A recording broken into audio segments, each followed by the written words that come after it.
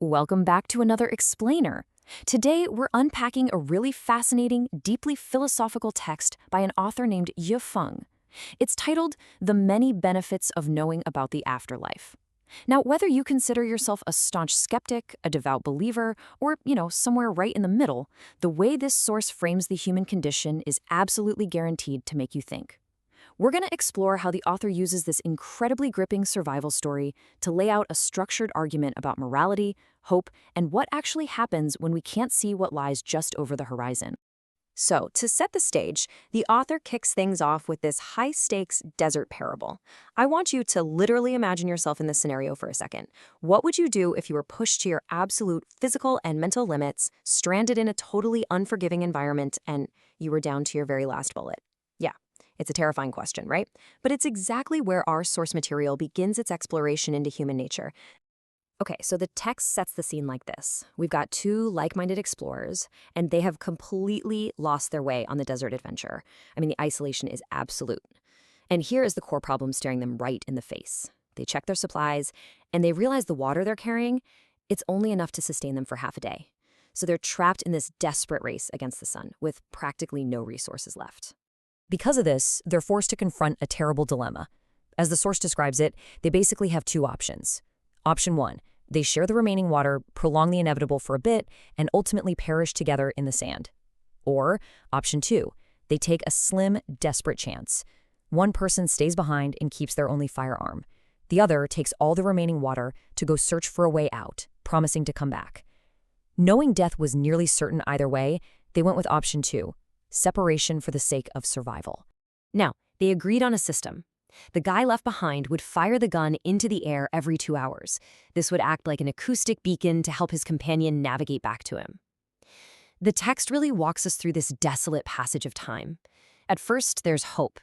He lies down in a sand pit. 2 hours pass, he fires the first shot. Nothing. 4 hours, 6 hours, 8 hours pass. He fires 4 shots in total, and guys, after every single deafening crack of that rifle, there is only the endless, crushing silence of the desert. Which brings us to the tragic climax of the parable. The text describes the man's spirit as being on the absolute brink of total collapse. He's down to one final bullet. He's thinking of his home, of his loved ones, and he's just overcome by this unbearable sense of helplessness.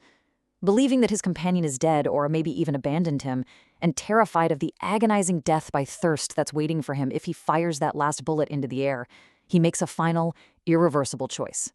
He places the gun to his head, and he pulls the trigger.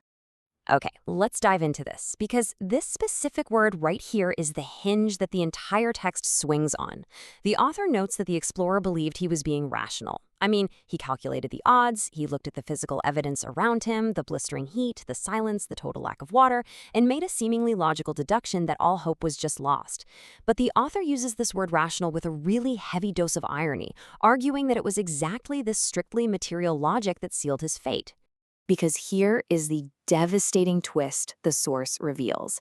Just 30 minutes, half an hour after that fatal gunshot, his companion arrived. No way, right? He had actually found a water source, he had filled his supplies, and he was guided straight back to the location by the sound of that very final gunshot. It's just a crushing revelation, a completely avoidable tragedy born out of a perceived lack of options. Interestingly, survival experts actually note that in real extreme environments, a person's psychological resilience, basically their hope, can dictate survival just as much as physical supplies. And that psychological element is exactly what the author zeroes in on next. Section 1. Decoding the metaphor, analyzing the parable. This clearly illustrates the text's core parallel. Think about the comparison here. The stranded explorer perished strictly because he could not physically see the water approaching, and therefore he rationally refused to believe it existed. While Yifeng argues that humanity does the exact same thing with the afterlife. Because we cannot physically see beyond death, many of us rationally refuse to believe there's anything there. The author asserts that this lack of foresight and hope is the true tragedy of the human condition. Now, the text doesn't just present this as some abstract idea. It claims there's actual evidence. The source lists specific areas that it argues prove life continues beyond death. These include logical reasoning, global facts and evidence, the historical teachings of figures like Jesus and Buddha, and even the direct visions of individuals with spiritual insight. According to the author, the main reason people reject these proofs isn't a lack of evidence, but rather that extreme, rigid rationality literally blocks them from believing in what they can't immediately measure. Section 2. The Danger of Disbelief, a Material Worldview. Let's move to this and see how it builds. The author maps out a very clear logical progression of how disbelief supposedly just dismantles society. Step 1. We establish there is no afterlife. If that's true, the text argues, we reach step 2. All morality becomes hypocritical because, well, the only goal is to maximize pleasure in this single life.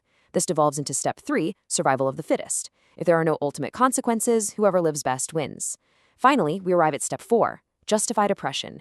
In this framework, fighting, robbing, and coercing others become perfectly justifiable tactics for personal success. The crucial point here is how this underlying philosophy dictates our daily reactions. If we look at the without belief mindset, when these individuals achieve success, the text claims they become complacent, arrogant, and frankly lawless. And when they face failure, they become hostile, constantly blaming the heavens and society. Now, compare that to the with belief framework. The author argues that knowing there's an afterlife allows individuals to just enjoy life leisurely during success, and to calmly view failure as merely one small step in a much larger journey. The text pits these two worldviews against each other perfectly. Disbelief basically operates on the cynical survivalist motto: the victor becomes the king, the defeated abandoned. It's all about winning right now. Belief, on the other hand, grounds us in the reality of our physical bodies. As the author poetically notes, heroes and fools alike are reduced to dust, leaving behind just a mound of dirt covered by grass. The physical body ends for absolutely everyone, but the source asserts that life, with a capital L, continues to move forward. Section 3. The Power of Hope, Optimism and Faith. So, the author states that if we know there's an afterlife, we won't get distracted by the fleeting illusions of the material world. Instead, we view our current existence as a process of profound transformation, like a training ground, essentially. The text argues that this belief allows people to face death calmly, gracefully, and with genuine optimism, totally freeing them to focus entirely on shaping a better future for their continued life. And the author doesn't mince words when summing up this perspective. The source poses a highly provocative question here. Without hope or faith in an afterlife, are we to live like animals? It's a really strong assertion.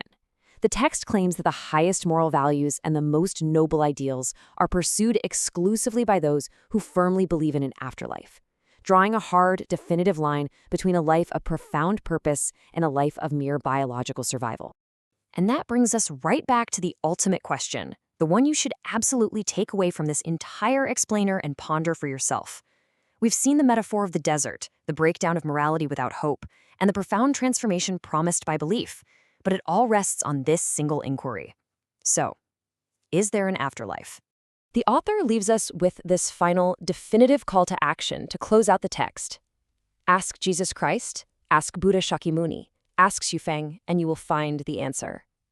It is a really bold conclusion from the source material, challenging the reader to look beyond their immediate rational surroundings and explore these age-old philosophies for themselves. Thank you so much for joining me on this explainer, and remember to keep questioning what lies just beyond the horizon.